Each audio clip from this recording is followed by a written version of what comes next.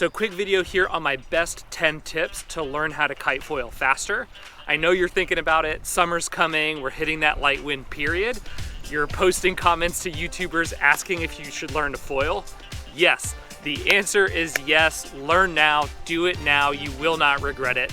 You'll love it when you're out there foiling and everyone else is sitting on the beach and can't ride. So here are my 10 tips. So the first tip, get the right front wing. For me, that wing was the Infinity 76 or the Manta 76. And really what that means is get a wing that is big enough for your weight. I'm 230 pounds. This is something like 1,500 centimeters square. And what this wing does is it has a lot of side-to-side stability and really predictable foil up and foil down movement. On other foils when I was learning, some of them would just kind of fly up out of the water in an unpredictable manner. This is the #1 thing that will get you up and riding faster. Cool, so my #2 tip is get the right board. This board is a little bit too small. This is a board for more advanced riders. I would get a larger board, one that's gonna make water starts easier. And you want that larger surface area because if you come off foil and you come down and hit the water, you'll be able to recover better with a bigger board. I also like a directional that doesn't have any volume. You don't want it to float above the water because it'll be too high and it'll be harder to put your feet on it for the water start. So tip #3 is really learn how the foil works without the kite. And so I think the best way to do this is on a jet ski. Some people use an e-foil, but I prefer a jet ski or a small boat so that you can learn how to foil with the foil that you're gonna be using when you go out and kite. Learn how to get up and ride, learn how to ride while taxiing. So that means on the board, foil under the water, and then learn how to slowly come up onto foil and come back down. And that'll give you a huge leg up when you start to get out there with the kite. So the next tip is you should learn to foil in wind that you could twin tip in. You do not want to start in super light winds. That's just kind of a different skill set. What that's going to do for you is basically make sure that you have enough power to be able to get up and riding. You don't want to learn in overpowered conditions, so I probably wouldn't go out in anything more than 20 miles an hour, and I would just make sure I use a correct kite. So the next tip that I have is forget the board skills that you learned when you were twin tipping. When you were twin tipping, you learned a lot about edging and leaning back. When you're foiling, it's basically going to be a much more vertical movement. And so here with this foil, you're gonna water start like this. You're gonna roll up onto the foil, and then your stance is just gonna be a lot more vertical because basically your weight needs to be pushing back against this foil to keep that board at the right level, to keep it from coming too far up out of the water, to keep it from obviously going too far down.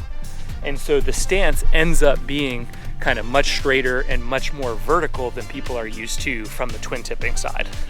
So next tip is learn how to generate speed. Speed is what's gonna get you up on foil, and there are really 3 ways you can do this. The one that you're used to from twin tipping, that's the easiest, is basically to sheet in the bar. And so when you're riding and you're taxiing and you wanna come up on foil, just sheet in the bar a little bit, be a little patient, and learn to feel that foil rise up out of the water and sheet out and come back down. The next way to generate speed, this one won't make as much sense, is basically turn up wind. On a foil, when you start turning up wind, you're gonna pick up speed. We're down low, and we wanna come up. Turn up wind, sheet in, woo! And then the third way to generate speed is to pump the board. And so you can kind of pop on the back of your board to generate some power, and that power will help that foil come up out of the water and rise up onto the wing. You're down low, you pop up. So those are the 3 ways that you can generate speed. The next tip is make sure you learn how to stop. There are really 2 ways to do that. The first is sheeting out the bar, moving the kite to 12 o'clock, doing that slowly. That will bring you to a stop. The other one is going downwind. And this is a little bit counterintuitive, and so really important mentally to be prepared for this, because once you get up on foil, you'll start to realize generating speed is actually super easy. And at least I found that stopping is quite a bit harder. So next tip I have is don't mess with foot switches, don't mess with learning to ride in both directions. Just ride in your strong direction, and learn to do jibes or learn to do carving transitions. Once you get this, you'll basically be independent, you'll be able to ride wherever you want, and then that will give you plenty of time to work on those more advanced skills. I mentioned at the beginning of the video you want to start in higher winds, but obviously the goal of foiling is to get out in lighter winds. A huge tip here is to make sure you have a lighter kite, so one that will stay up in the air in light winds. So a 5-strut kite that has really heavy construction isn't going to be great for this. You also want a kite that will drift, and so that means if that kite is here above you and you want to go forward towards the kite, a lot of kites will just fall out of the sky. Wave riding kites, other kites that are set up for this will actually drift backwards with you, and that's super helpful when you're foiling, especially for those carving transitions where you're turning and riding towards the kite.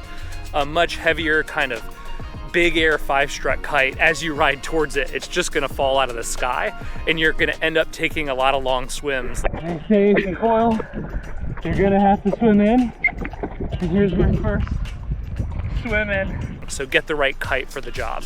So the last tip I have for you is to practice down loop transitions before you ever start foiling. As you get into lighter winds on a foil and you're gonna wanna transition, you're gonna learn that you need to keep that kite moving to keep power and to keep it in the sky. Down loop transitions are key. I wasn't super comfortable with them before I started foiling. I'm still practicing them now. This is something super easy that you can practice with a twin tip, and it will give you a huge leg up as you start to foil in lighter winds. So there you have it. Those are my top 10 tips to learn how to foil quickly. Hopefully you found it useful. Give me a thumbs up. If you've got any questions, if I said something completely wrong, call me out in the comments down below, and thanks for watching.